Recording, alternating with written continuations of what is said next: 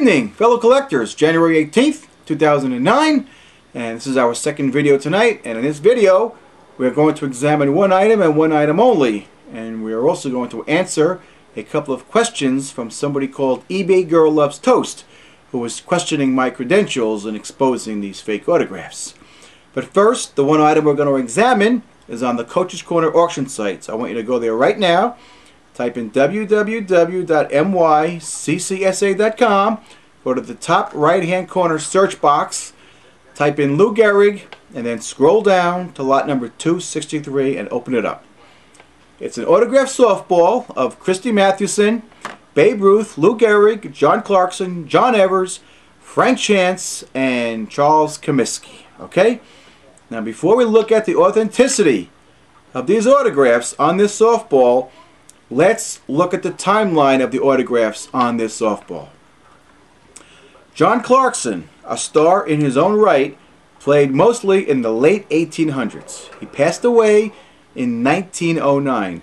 So the latest that Mr. Clarkson could have autographed this softball is 1909. Then we got Frank Chance, part of that great double play combination of Tinkers to Evers to Chance.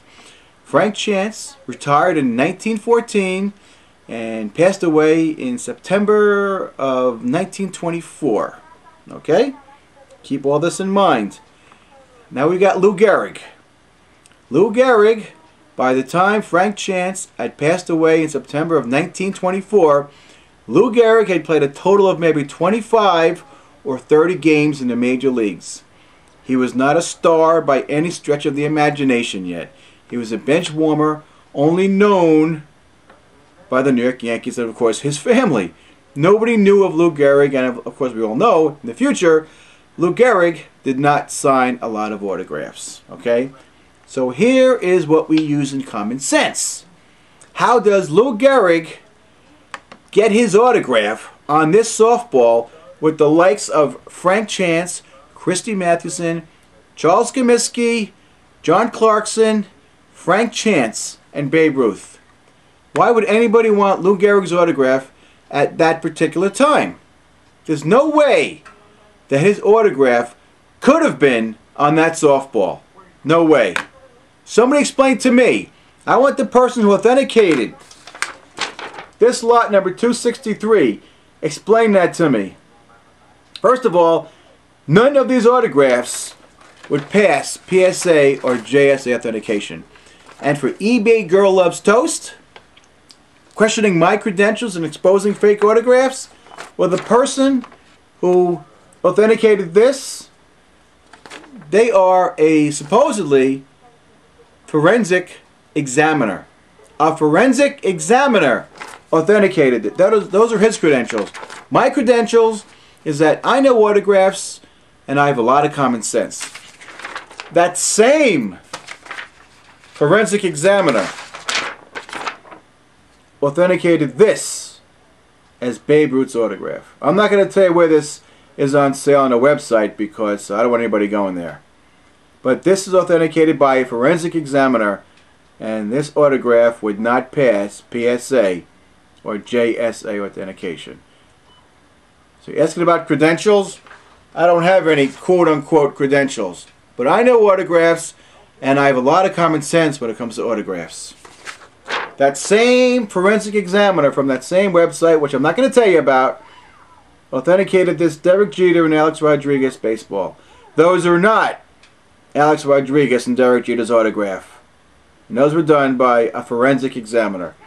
Those are his credentials, and he's gotten them all wrong. And you want to know about credentials? Here are two guys who claim to be heroes in white hats when it comes to the memorabilia industry. It's that authentic. Jeff and Ted over there certified this as Alex Rodriguez and Derek Jeter's autograph. Those are their credentials. They claim to be authenticators. Well, those two autographs are not of Derek Jeter and Alex Rodriguez. Okay? Makes you wonder who buys this stuff. Makes you wonder who sells this stuff.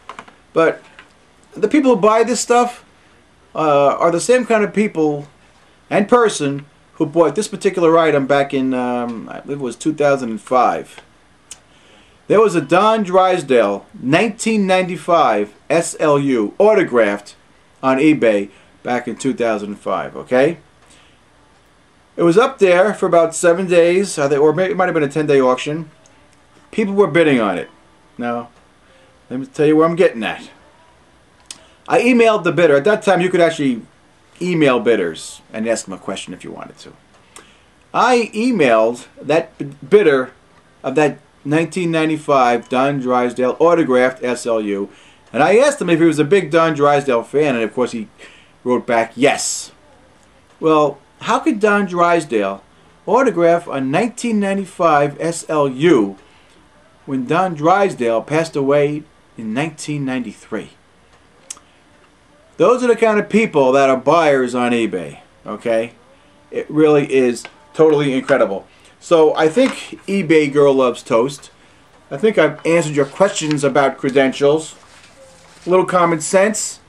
And simply put, I know autographs. And I have a lot of common sense. But if you want to ask about credentials, ask the forensic examiner about the timeline of these autographs on lot number 263 for this auction that ends September 30th, 2009 of this month. Ask this forensic examiner about these autographs. They will not pass PSA or JSA, and it's interesting to know that people like to question what I do here, which is okay.